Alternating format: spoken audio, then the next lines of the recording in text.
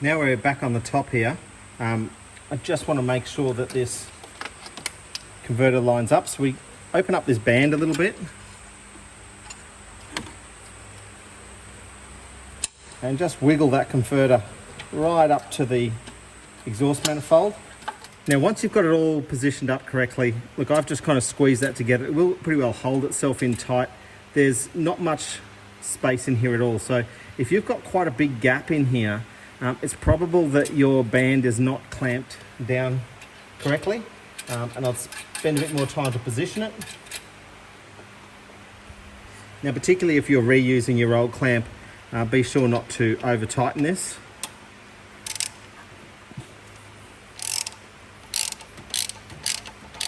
These parts don't have to close right up together. It just needs to be firm. With that bolt removed, I'm now going to reinstall this plate.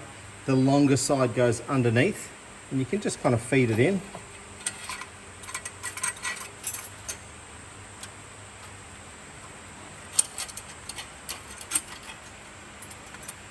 And if you line it up on the top, it pretty well finds the correct home underneath.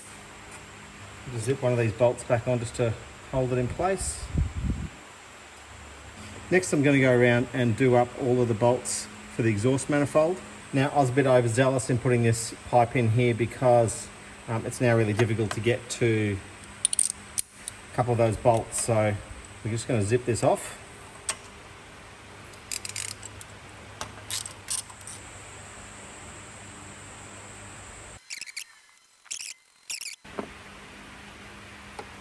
Now this one here was the sort of the most difficult to get to because you couldn't get a ratchet on it.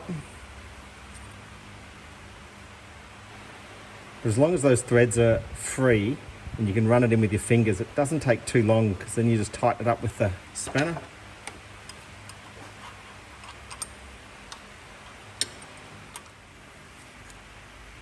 Once you've put all those bolts in place, you're just going to want to torque them up.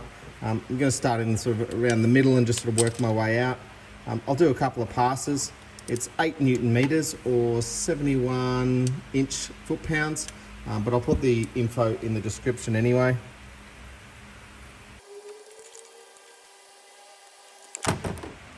And this last one in here, I'm not going to be able to get a torque wrench onto that, so we're just going to have to guess with that one.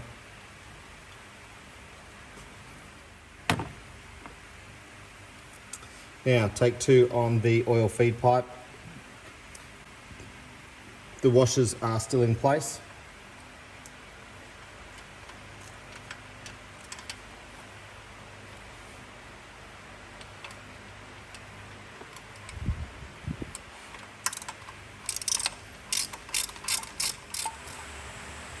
Next I want to just secure the coolant hose here. Just has a little screw in here.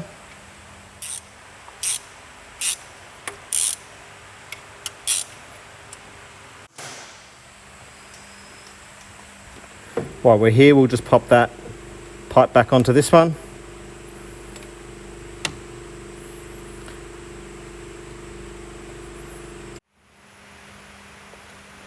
Now you can just zip this clamp back up.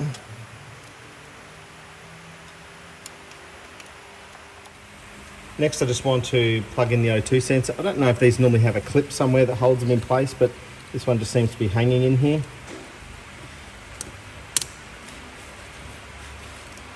Might sort of sit it out of the way a little bit. Next you want to put this actuator back in place. You can kind of test it a little bit. You can, maybe you'll hear that. So I'm just sort of stretching it out, holding the vacuum with my thumb and releasing.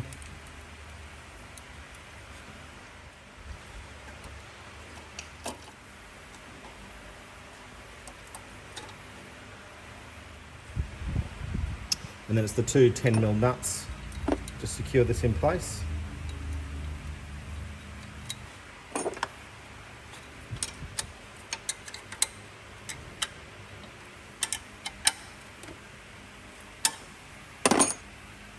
Next we just want to put the little clip back onto this here. It's just finding it on its groove and popping it in place.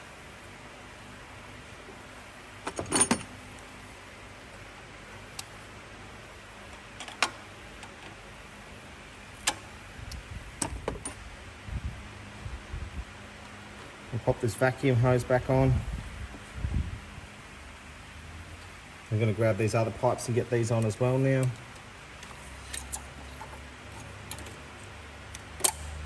That one just clips back into place.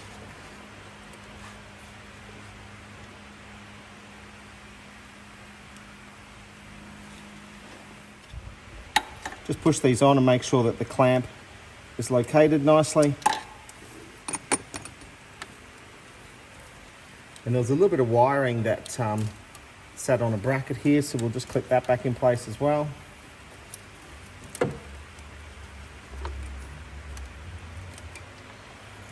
And we have this plug here that attaches in on here.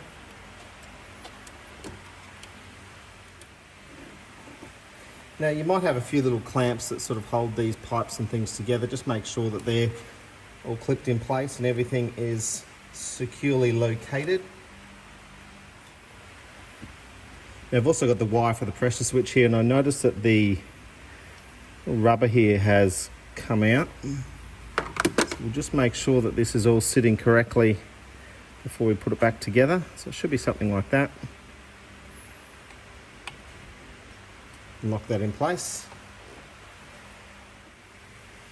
Next, I'm just going to put back on the pipework here.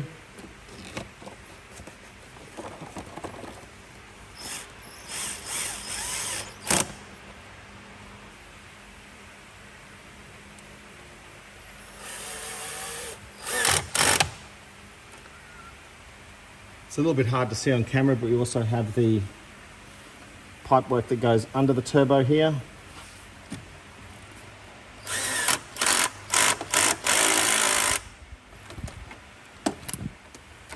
I'm also just going to throw a new filter in, and we'll do an oil change at the same time. I won't do that all on camera. Just a new seal on the filter housing.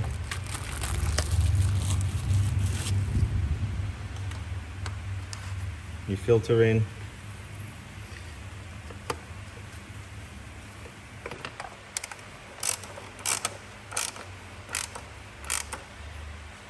Well, these are really hard to see on camera, but there's the top of your cap in here.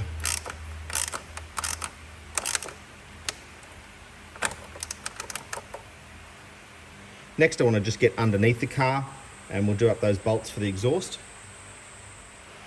Okay, we're now back underneath the car. We do need to tighten up these bolts that secured the catalytic converter in place. There's the bolt coming up this way, and there's the one up from the front.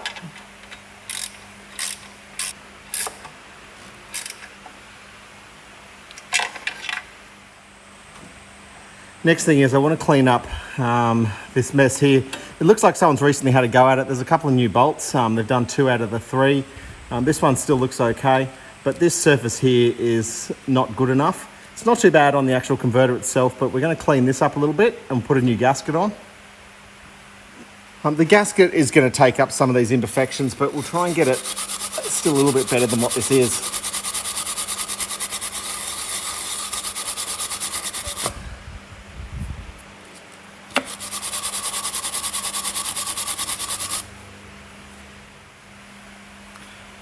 With that cleaned up as best as we can, we'll put a new gasket in.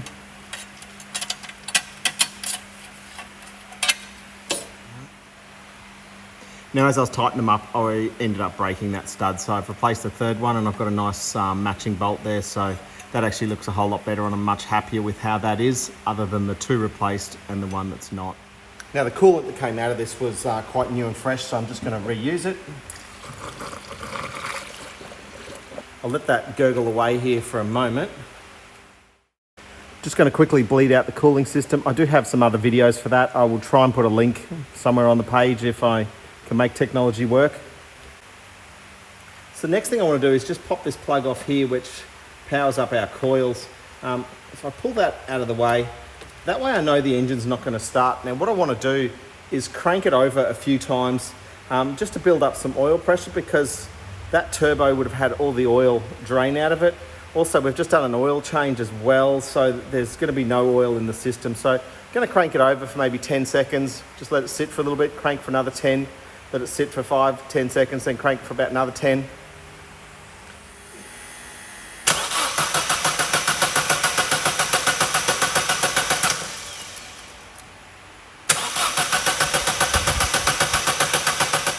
Now that we've cranked this over for a little while, let's plug this back in. Now I've left the cover off this just because I want to make sure that there's no leaks or any concerns. I'm going to start it up. You're going to get a little bit of burn off and smoke because there's been a bit of oil and my greasy hands have been touching the exhaust. But we just want to start it up and start checking for any leaks.